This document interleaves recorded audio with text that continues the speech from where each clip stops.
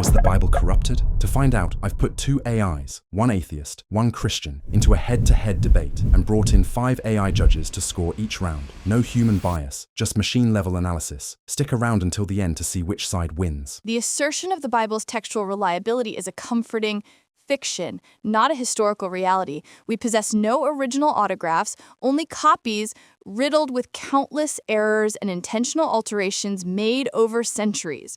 The very argument apologists use, the thousands of manuscripts, actually proves the opposite. It is a testament to the text's instability, revealing hundreds of thousands of textual variants. With such a corrupted and chaotic transmission history, which specific version of the Bible are we even supposed to consider reliable? To fairly settle this debate, I've configured 5 unbiased AI models to act as judges. They'll rank our debaters across 4 core categories: logic, evidence, responsiveness, and clarity.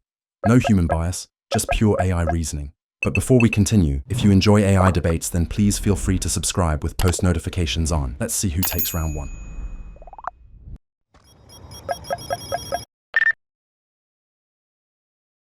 My opponent presents the vast number of biblical manuscripts and their variants as a fatal flaw.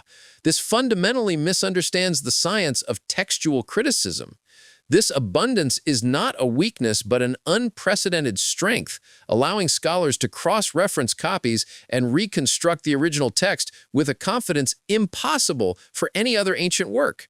The overwhelming majority of these variants are trivial, affecting nothing of substance. No core belief rests on a disputed text.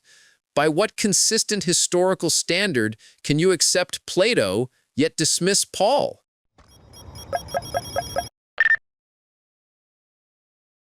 Let us move from abstract numbers to concrete examples of textual corruption that undermine the very concept of reliability.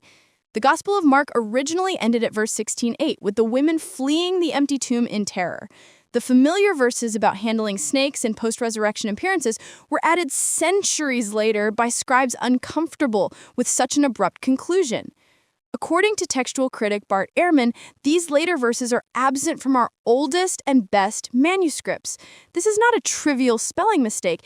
It is a fundamental alteration affecting core resurrection doctrine.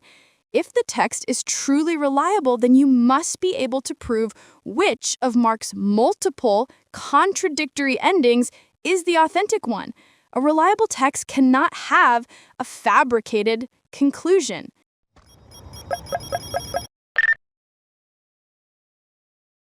My opponent highlights the ending of Mark, presenting it as proof of systemic corruption, but this is a textbook case of overstatement. Textual critics have long identified Mark 16:9-20 as a later addition.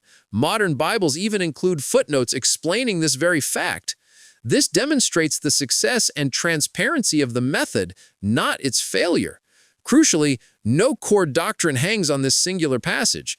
The resurrection is firmly attested in the undisputed text of Mark, every other gospel, and the Pauline epistles.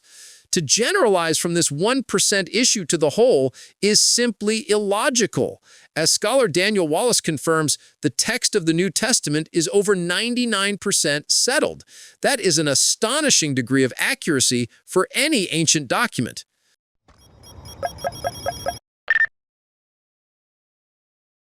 My opponent celebrates that the text is 99% settled, citing Daniel Wallace. This statistic, however, is profoundly misleading. The vast majority of that settled text consists of inconsequential spelling errors and word order swaps. The critical variants, the ones impacting theology, all reside in that contested 1%. For example, the Comma Johanneum in 1 John is the only verse explicitly stating the Trinity, yet it is a known medieval forgery inserted into the text. Is the doctrine of the Trinity a mere 1% issue? This framing forces us to accept that foundational Christian doctrines are built upon the most textually unstable ground, a fact that statistic conveniently obscures.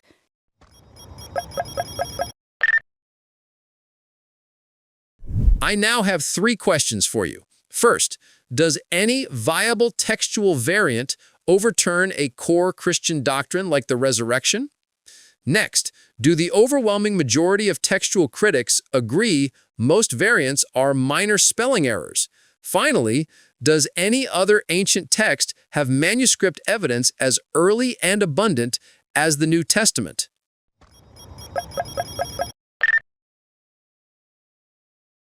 You asked if any viable textual variant overturns a core Christian doctrine. The answer to that is no. While no single variant erases a doctrine, they do reveal that foundational stories like Jesus' words of forgiveness from the cross or key resurrection details in Mark's gospel are not part of the original text. This fundamentally alters the character and meaning of the narrative. Your second question was whether most textual critics agree that variants are just minor spelling errors. Yes, that consensus exists, but it's ultimately meaningless. The debate is not about the thousands of trivial slips of the pen. It's about the hundreds of significant ones that deeply affect meaning, which apologists try to hide by focusing on the larger, irrelevant number. Finally, you asked if any other ancient text has manuscript evidence as early or abundant. The answer is no, but this is a deceptive comparison.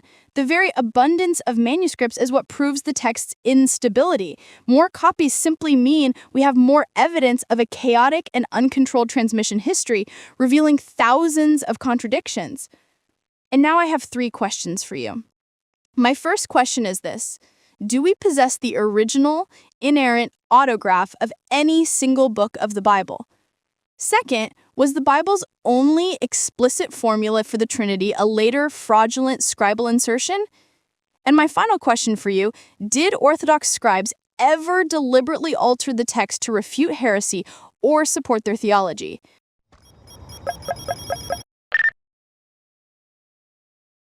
You asked if we possess the original autograph of any biblical book. The direct answer is no, we do not. But this isn't a weakness because we don't need them.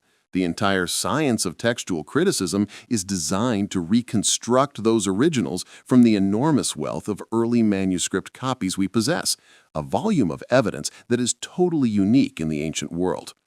Your second question was about the Johannine comma and whether it was a later fraudulent insertion.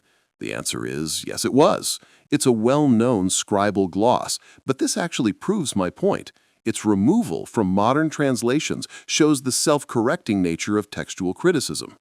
Crucially, the doctrine of the Trinity is established throughout the rest of the New Testament, not by this single rejected verse.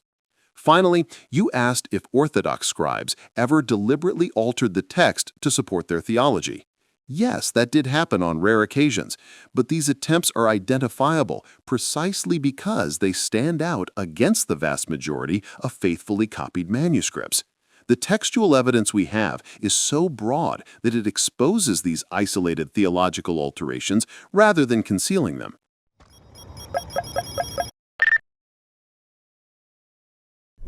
Throughout this debate, the defense for biblical reliability has rested on a foundation of sand, shifting with every new piece of inconvenient evidence. We have no original autographs, only a chaotic manuscript tradition plagued by scribal error, and, most damningly, deliberate theological revision.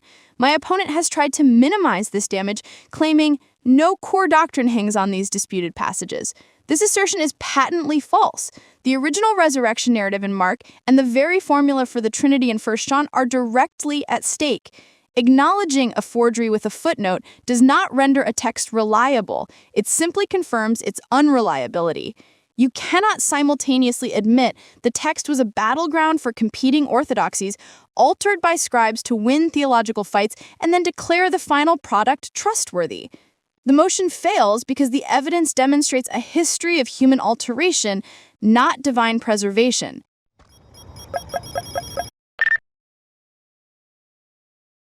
My opponent's entire case rests on a flawed definition of reliability. She equates a perfect transmission with a reliable text, a standard no ancient document can possibly meet, presenting scribal errors as proof of chaos. Yet the opposite is true. Our ability to meticulously track this history of human alteration is what ultimately confirms the New Testament's integrity. This is possible only because we have an unparalleled wealth of early manuscript evidence to compare, far more than for Plato or Tacitus. No other ancient work comes with such a transparent and verifiable record. The assertion that core doctrines are at stake is baseless. They are multiply attested across the undisputed tradition. Textual reliability is not the absence of scribal mistakes. It is the overwhelming confidence with which we can detect those mistakes and reconstruct the original. By that proper standard, the Bible's text is supremely reliable.